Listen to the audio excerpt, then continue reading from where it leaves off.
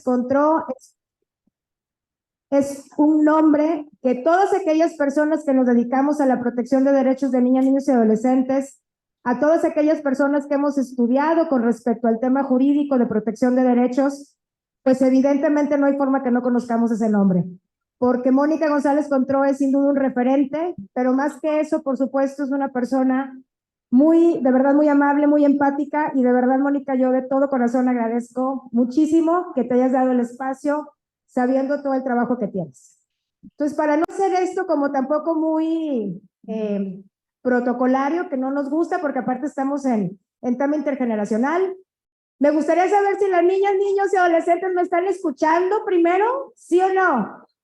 Ah, no escuché voces fuertes. A ver, niños, niños y adolescentes, ¿me están escuchando? Es todo, ya ven, pues sí, sí nos están oyendo. Entonces, Mónica, si te parece, empezaré con tu presentación un poco más para leer de manera muy general tu semblanza y daremos inicio. Les cuento, Mónica González es investigadora, Contró, por supuesto, es investigadora del Instituto de Investigaciones Jurídicas de la UNAM, que es la Universidad Autónoma de México. De hecho, es la universidad más importante de toda la República Mexicana. Ella es especializada en derechos humanos, género y derecho de niñas, niños y adolescentes. Es profesora de asignatura de la Facultad de Derecho y coordinadora del diplomado sobre el derecho a la no discriminación.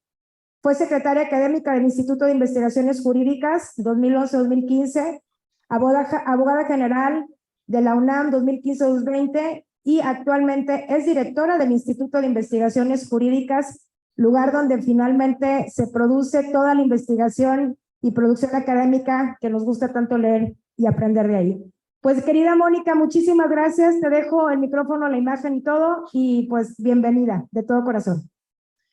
Pues muchísimas gracias, de verdad, querida Ivette, con toda también mi admiración, mi cariño y mi agradecimiento por permitirme estar presente, aunque sea de manera virtual, en este foro. Yo hubiera querido acompañarles presencialmente, pero desafortunadamente pues no me fue posible viajar a Monterrey. Yo estoy en la Ciudad de México, así es que pues agradezco la posibilidad de conectarme por esta vía que nos fue muy familiar en la pandemia, que ya pues tenemos mucha experiencia.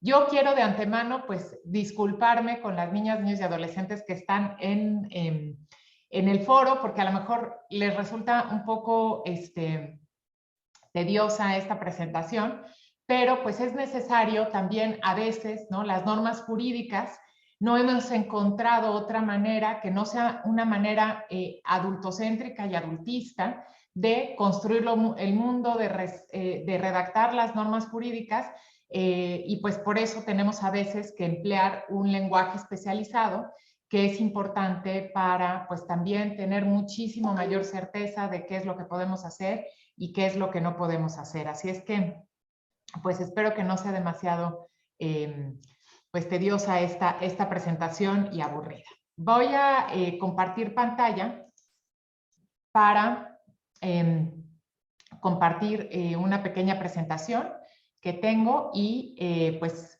voy a tratar de hacer lo más breve posible la presentación por si después hay un espacio para preguntas, respuestas, comentarios, un diálogo, lo que ustedes quieran ¿no? expresar. Bueno.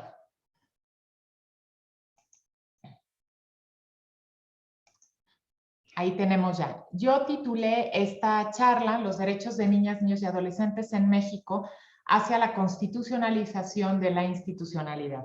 ¿Y qué significa esto? Pues que a pesar de que hemos tenido muchos avances en México, especialmente, y en toda la región latinoamericana en materia de derechos de niñas, niños y adolescentes, falta mucho para conseguir, pues, en primer lugar, instituciones sólidas que garanticen los derechos, pero además también pues una sociedad, y esto es lo más importante, que cambie la forma de ver el mundo, que cambie la cultura, porque tenemos una cultura profundamente discriminatoria hacia niñas, niños y adolescentes, ¿no? No solamente adultocéntrica, que efectivamente lo es, que significa que el mundo y la sociedad está construida utilizando como modelo, como ejemplo a las personas adultas, sino también adultista, ¿no? Y misópeda, que yo así es como nombro a la discriminación en contra de niñas, niños y adolescentes.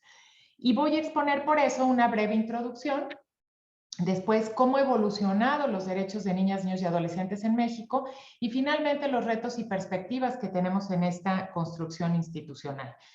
Y en la introducción voy a primero darles un poco de datos pues acerca como de lo que las personas conocen y lo que las personas piensan acerca de los derechos de niñas, niños y adolescentes, y después un poquito de teoría acerca de pues cómo ¿no? dos modelos que tenemos de tratamiento jurídico a la infancia y a la adolescencia. Bueno, hace 5 años, bueno, hace 8 años ya, se hizo una encuesta que forma parte de una colección que se llama Los Mexicanos Vistos por Sí Mismos y que estudiaba diferentes grupos. Uno de estos grupos eran las niñas, niños y adolescentes en México. Nos interesaba en esta encuesta ver qué era lo que pensaban las personas en relación con las niñas y los niños. Podemos decir que es una encuesta un poco viejita, y sí lo es, pero desafortunadamente no ha habido otro ejercicio similar que nos permita ver si estas opiniones siguen siendo las mismas o si se han movido un poco en el tiempo o hemos avanzado. Yo, por la experiencia que tengo, por el trabajo que he hecho, porque también he analizado otras encuestas de otros años, les puedo decir que no hay un avance muy significativo. Normalmente, pues estas cuestiones culturales y de cómo vemos a las personas tardan mucho más en el tiempo. Y ahora con la pandemia, además, pues tuvimos un retroceso. Entonces, una pregunta importante que hicimos era: ¿qué instituciones cree usted que ayudarían a los niños en México en caso de que tuvieran que resolver situaciones como las siguientes? Sabemos nosotros que hemos construido de una manera tal el sistema jurídico que una niña, niño o adolescente difícilmente, si ve violado un derecho, va a poder ir por sí misma, por sí mismo, va a poder recurrir a las autoridades, pues porque está sujeta a la figura de la patria potestad que ejercen en principio los papás, las mamás, ¿no? Los abuelos, las abuelas, y por eso siempre requiere pues de una adulta, de una persona adulta que le acompañe y que lo haga. Sin embargo, las personas no saben en su mayoría a dónde deberían acudir si, por ejemplo, ven que un niño o niña conocido, familiar, ¿no? Está siendo víctima de violación de sus derechos. Es muy interesante porque ustedes verán las franjas en amarillo ante diversos problemas, como que son víctimas, son migrantes, están en situación de abandono. La principal respuesta es el DIF y la segunda respuesta es no sabe. Y esto es muy importante porque ciertamente el DIF tiene mucho conocimiento, pero ahora tenemos todo un sistema, instituciones de protección de los derechos de niñas, niños y adolescentes, pero desafortunadamente no son conocidas, ¿no? Y esto también, pues esta misma son mismas respuestas, ¿no? Lo principal es no sabe, que es la franja amarilla de abajo, y también se tiene como referente al DIF. También es cierto que cuando se levantó esta encuesta, pues acababa de aprobarse la ley que vamos a ver a continuación y que no existía en ese momento, no se había instalado el CIPINA, las Procuradurías de Protección, pero tampoco en los últimos años hemos logrado difundir lo suficiente las instituciones que ya hemos creado para proteger los derechos de niñas, niños y adolescentes. Y luego otra pregunta muy importante, esto es en cuanto al conocimiento de las instituciones que pueden ayudar en la garantía de los derechos, pero también son las percepciones sociales sobre los derechos de niñas y niños, y pues esto es muy grave, ¿no?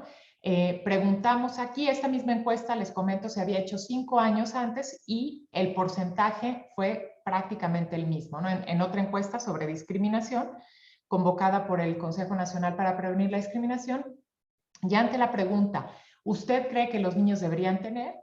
60%, 65% de las personas dicen los derechos que les da la ley, 26% piensa los derechos que sus padres les quieran dar, y otro 5% dice los niños no tienen derechos porque son menores de edad. Es decir, más de 3 de cada 10 personas en México piensan que niñas y niños no deben de tener los derechos que ya les reconoce la ley, ¿no? No vamos ni siquiera más allá. Y en relación con la violencia, que escuchaba yo en las conclusiones también que se daban en el taller anterior, cuando preguntamos, en su opinión, ¿cuándo se justifica pegarle, golpear a un niño o a una niña? Hay una sola respuesta correcta y me parece que la tuvieron muy claro en las mesas pasadas. Nunca, por ninguna razón, la violencia física nunca es la respuesta. Y estas, solo 13% de las personas, es decir, 1 de cada 10 mexicanas y mexicanos piensa que nunca se le pega.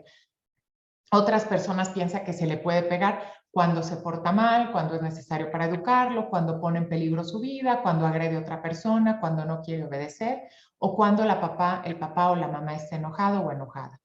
Entonces tenemos un escenario muy complejo para la garantía de los derechos de niñas, niños y adolescentes, porque aunque tenemos una ley que además fue modificada para prohibir expresamente el castigo corporal y humillante, las personas no conocen la ley y piensan además pues que esta ley no implica, por ejemplo, una prohibición de utilizar el castigo corporal como método de crianza. Entonces es muy importante, hablaban de la crianza positiva, de la crianza respetuosa, es muy importante en sociedad generar este tipo de habilidades porque las personas piensan que es necesario recurrir a la violencia para educar a niñas, niños y adolescentes. Y aquí tenemos una parte, digamos, como más teórica, que a partir de la firma de la Convención sobre los Derechos del Niño en todo el mundo, que fue en 1989, pero que no ha logrado permear lo suficiente, pasamos de un modelo de leyes que se dirigían a niñas, niños y adolescentes a otro modelo completamente distinto. Y nos hemos dado aquí en donde yo trabajo en la universidad, pues a la tarea de hacer un análisis de cuáles son las características de este modelo. Y como podrán ver muchas personas, en México tenemos una mezcla de ambos modelos, es decir, no terminamos de superar el modelo anterior, pero sí tenemos algunos avances y tenemos el nuevo modelo. Entonces, voy a explicar un poco este cuadro. Llamamos el modelo minorista privatista al modelo anterior a la convención, al que ya no debería existir, y hay que decirlo muy claro. ¿Por qué? Porque considera que los niños son menores, ¿no? No personas menores de edad, que una persona menor de edad pues simplemente es como una persona adulta, es decir, es una persona pero tiene una condición, sino que se les considera menores y además sujetos del derecho privado, es decir, que solamente tienen que estar en la familia, que no son verdaderamente titulares de derechos humanos, sino que pues los papás y las mamás son los responsables de garantizar sus derechos y por eso, pues no importa que no estén reconocidos en la Constitución, en fin. Y el modelo convencional garantista es el que surge a partir de la Convención sobre los Derechos del Niño y es convencional porque se basa en la Convención y es garantista porque reconoce a las personas menores de edad como titulares de derechos y busca cómo garantizar estos derechos. Entonces, el primer rasgo es que el modelo anterior, el que ya no debe existir, utiliza el término menor, ¿no? Y entonces se refiere en las leyes, en las sentencias, en el lenguaje, a los menores y los menores. Podemos ver que, por ejemplo, muchos medios de comunicación siguen expresándose hacia niñas, niños y adolescentes como menores, muchas sentencias también, algunos códigos civiles también lo hacen. Mientras que el nuevo modelo utiliza los términos niñas, niños y adolescentes, genéricamente niño, como la convención, hay que decir que la convención utiliza niño, pero se refiere a niñas, niños y adolescentes. En ocasiones se utiliza la palabra infancia, nuestra Constitución usa la palabra niñez, para hacer referencia a los derechos colectivos. La segunda característica es que el modelo anterior impone obligaciones a algunos actores, padres, maestros, tutores, autoridades. Es decir, ¿no? Dice, bueno, los papás tienen obligación de educar, las mamás, etcétera, ¿no? Pero en el nuevo modelo se reconocen los derechos primero y después se identifican las obligaciones. Hay aquí algo muy importante, no es que el modelo minorista privatista parte de la base o ve, su visión es que el niño es recipiendario de las obligaciones. Entonces, el protagonista es la persona adulta, la protagonista es la persona adulta. Mientras que en el nuevo modelo, los derechos son los protagonistas, las niñas, niños y adolescentes son los protagonistas y con base en este reconocimiento de derechos se imponen obligaciones. La tercera característica es que las obligaciones están vagamente formuladas, dejando un gran margen a la interpretación del agente encargado de proteger al menor, entrecomillado. ¿Qué quiere decir esto? Por ejemplo, pues en muchos códigos civiles todavía está la obligación de educar, ¿no? y dar buen ejemplo al menor, ¿no? A las hijas o a los hijos. ¿Qué quiere decir esto? Pues es una cosa muy vaga. En el nuevo modelo, los alcances de los derechos están claramente delimitados, especialmente los límites al ejercicio de las obligaciones correlativas. Es decir, se dice, el niño o la niña tiene el derecho a recibir educación, pero esto no implica la facultad de ejercer castigo corporal humillante, por ejemplo. El cuarto es que el modelo minorista privatista no cumple con los derechos de la convención. Por ejemplo, no se reconoce el derecho a expresar la opinión, ¿no? Este tema de la participación que ha sido tan difícil impulsar, que son muy difíciles de introducir los espacios para hacerlo. Mientras que el modelo convencional garantista reconoce los derechos de la Convención y otros tratados internacionales en materia de derechos humanos, recoge los principios identificados por el comité y desarrolla la forma de interpretarlos y aplicarlos. Es decir, hace un catálogo muy robusto e identifica los 4 principios identificados por el comité, que son no discriminación, interés superior de la niña o niño, derecho a la vida, supervivencia y desarrollo y derecho a la expresión de los puntos de vista. El quinto es que puede reconocer derechos, pero no hay un medio para exigir su reparación en caso de vulneración.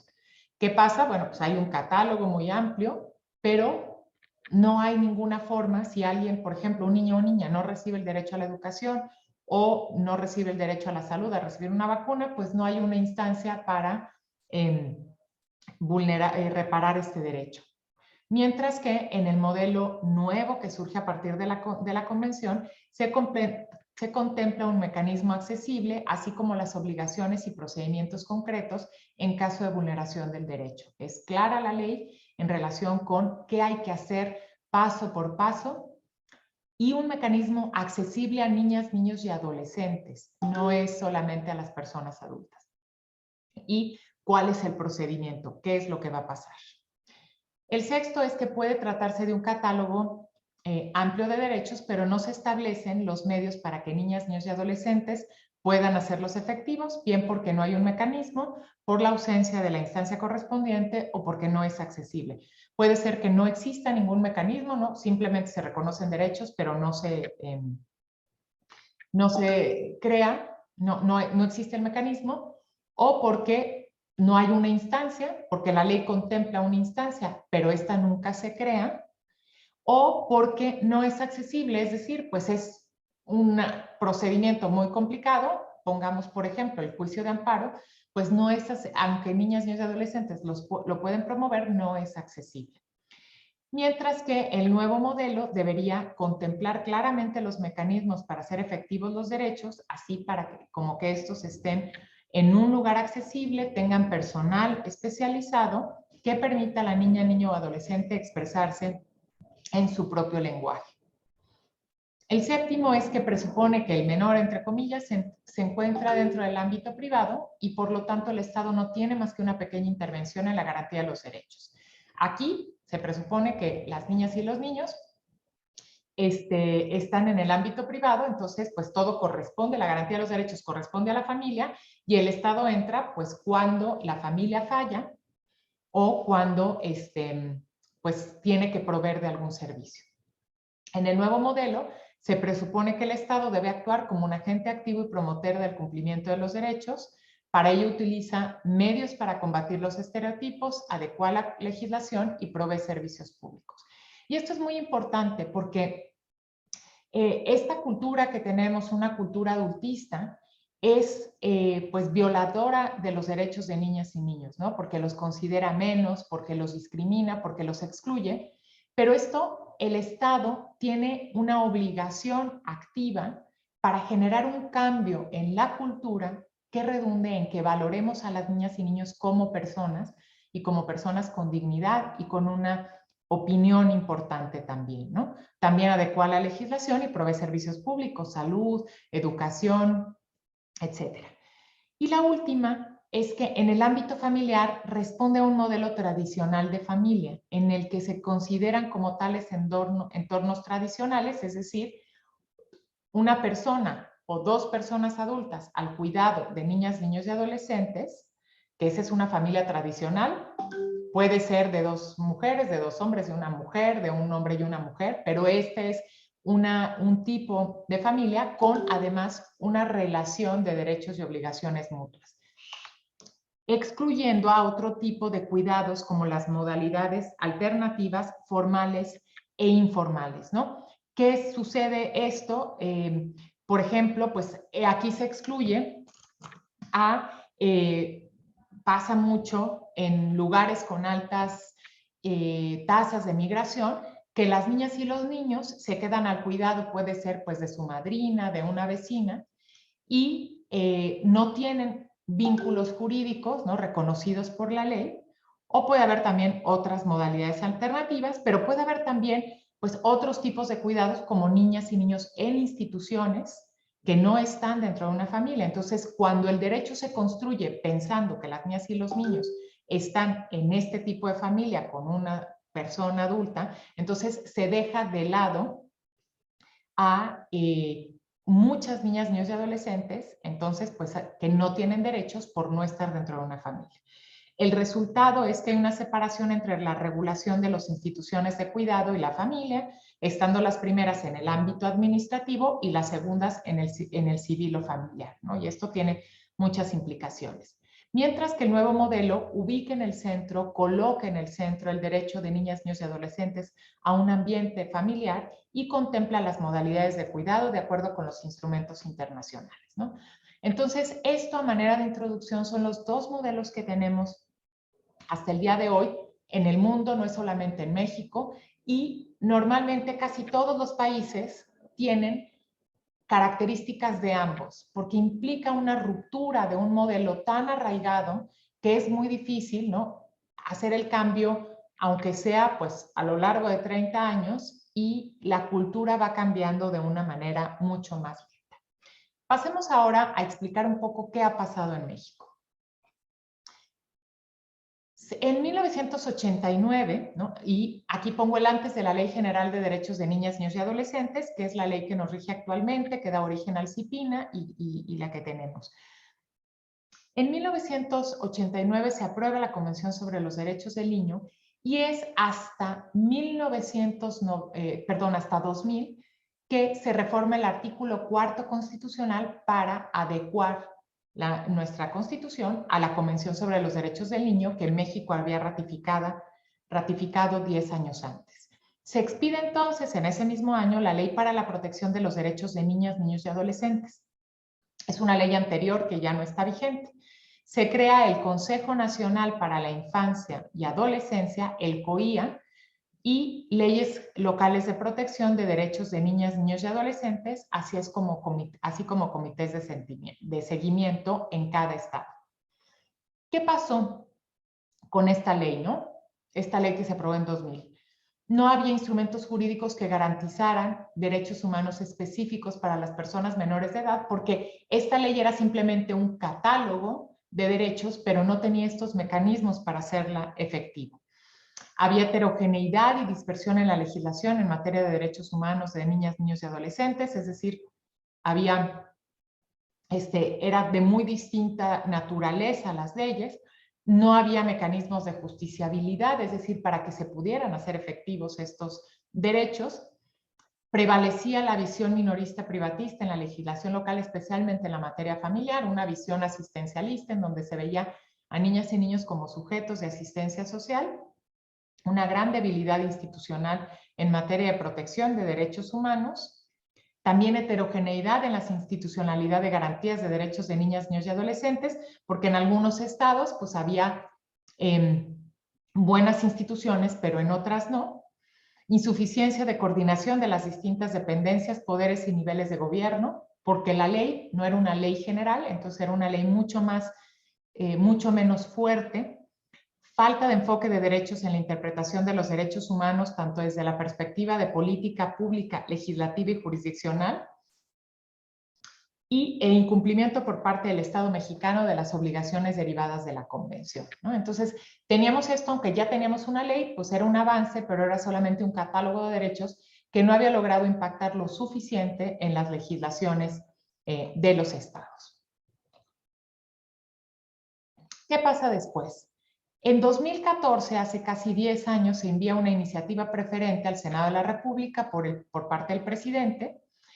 Se celebran muchas audiencias públicas, fue un ejercicio muy interesante porque ahí convocaron los senadores a organizaciones de sociedad civil, niñas, niños y adolescentes, académicas y académicos, funcionarias y funcionarios, para ver cómo se podía mejorar la ley.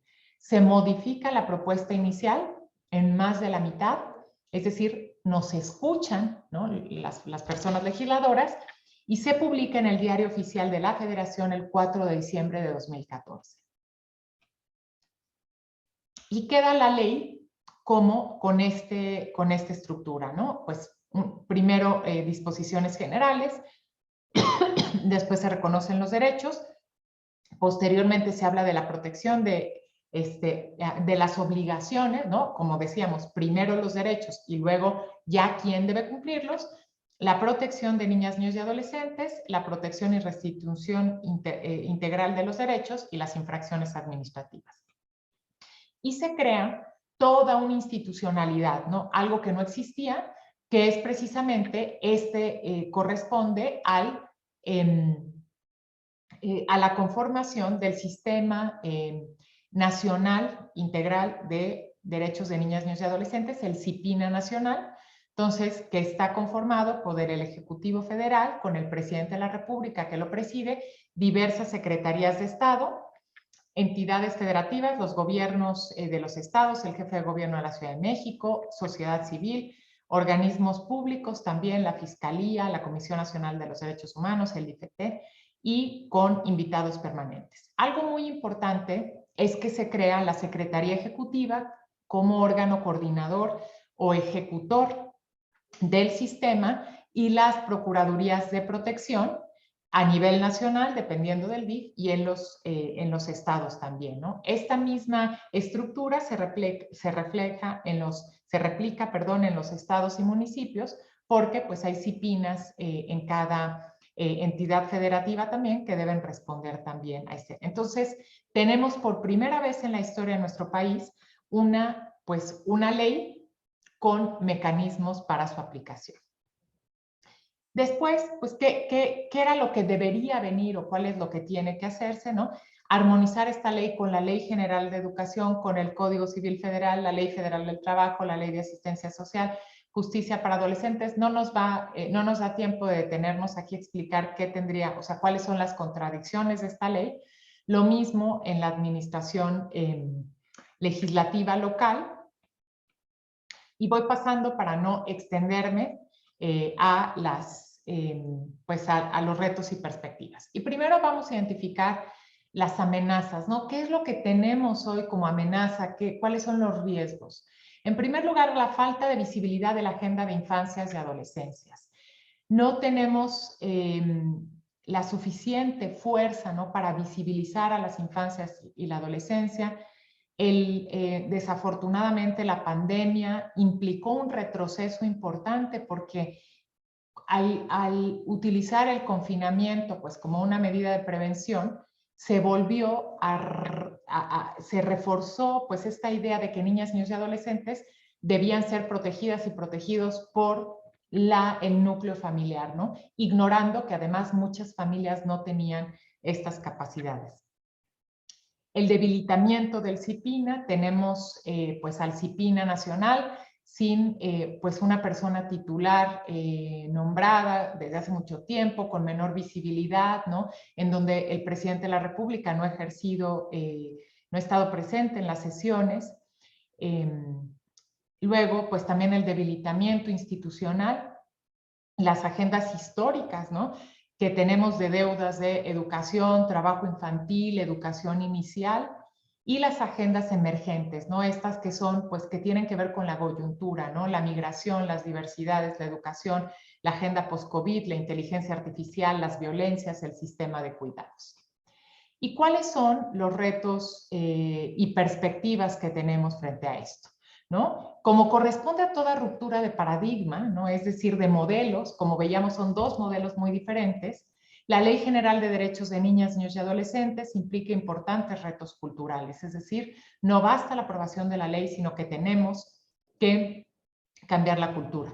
La aplicación del modelo convencional garantista, tenemos que trabajar mucho en la accesibilidad en mecanismos de garantía de los derechos, ¿no? Accesibles a niñas, niños y adolescentes, la construcción de institucionalidad, sistemas de protección y procuradurías fuertes con recursos humanos y financieros suficientes, incorporación del enfoque de derechos y también la agenda, la armonización legislativa transversal y en todos los niveles de gobierno, ¿no? Es decir, aunque la ley es un gran paso, pues tenemos mucha legislación que no es acorde con esta ley general. Y la presentación de los informes sexto y séptimo frente al Comité de los Derechos del Niño. México se retrasó en la presentación de su informe y también por el COVID, pues este informe que debería de haber sido presentado y desahogado hace 4 años, apenas se va a desahogar, digamos, en el próximo año.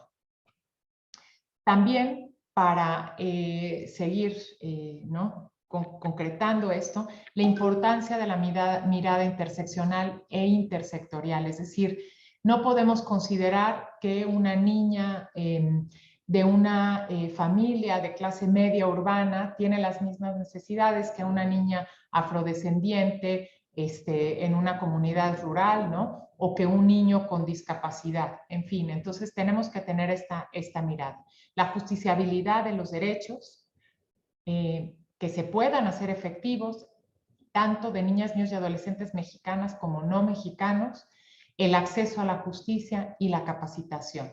La capacitación es importantísima y más que capacitación diría generación de habilidades sociales, tanto en las familias, en las personas cuidadoras, pero también en todos y todas las funcionarios públicos, porque pues la responsabilidad y la obligación de la garantía y el respeto a los derechos de niñas, niños y adolescentes es de todas y todos en esta sociedad. Muchísimas gracias.